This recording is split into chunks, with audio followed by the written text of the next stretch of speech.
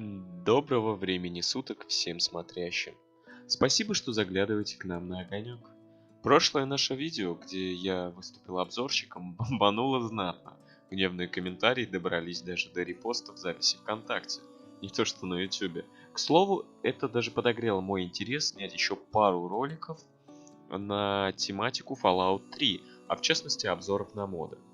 Итак, встречайте, победитель в номинации ремейк года, мод «Возвращение в Shady Sands». Платформа Fallout 3.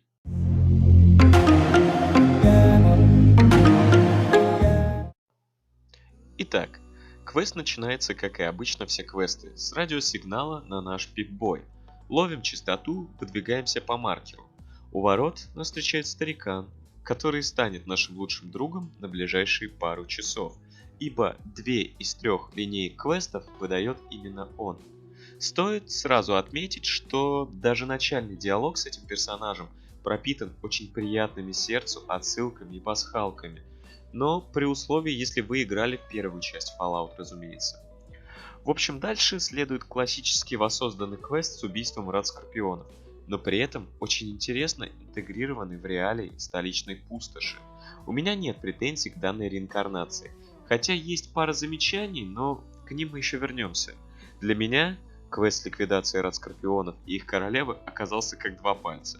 Перк друг животных тут очень пригодился, и спокойно пройдя мимо мелких паразитов, я сначала подорвал их мамашу, ну а затем и все яйца, и пещеру, и вообще все вокруг. А вот дальше у меня уже возникли трудности. Кроме спасибо и пары сотни крышек, никакой информации о заданиях старикан больше не дает.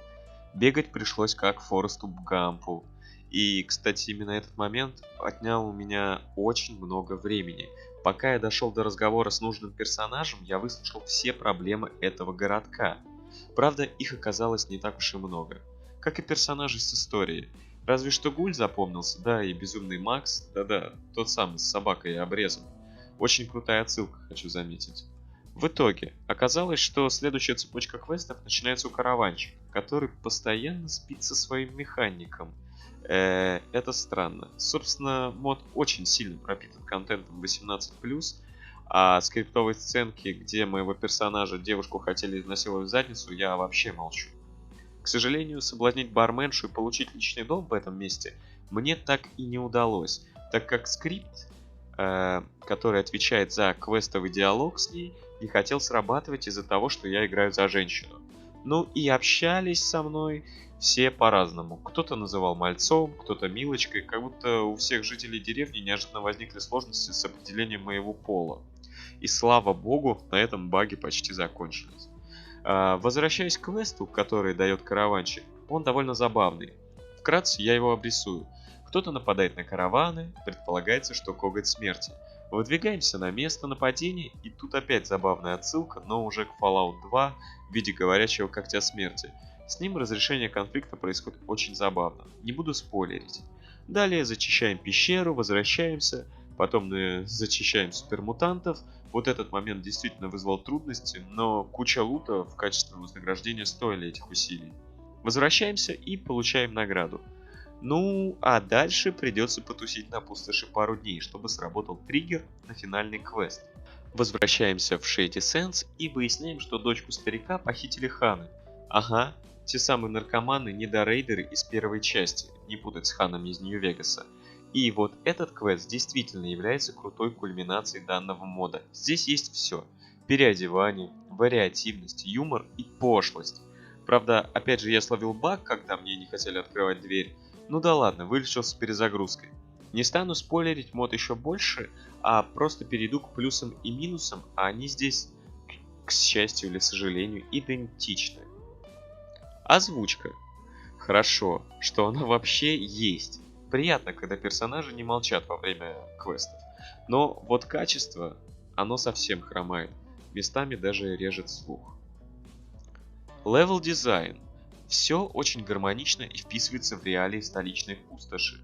Да и в целом Shady Sands место очень приятное, где хочется остаться и немножечко пожить. Но вот беда. FPS в этом Shady Sands падает до 20, почему и как, к сожалению, не объясняется. Персонажи. Часть персонажей запоминается, сделаны они действительно интересно, у некоторых прописаны истории и диалоги, но вот некоторые персонажи вообще непонятно зачем сюда были вставлены. Диалогов у них нет, стоят они на одном месте, топчутся, копают грядки, либо как толпа детей бегает туда-сюда.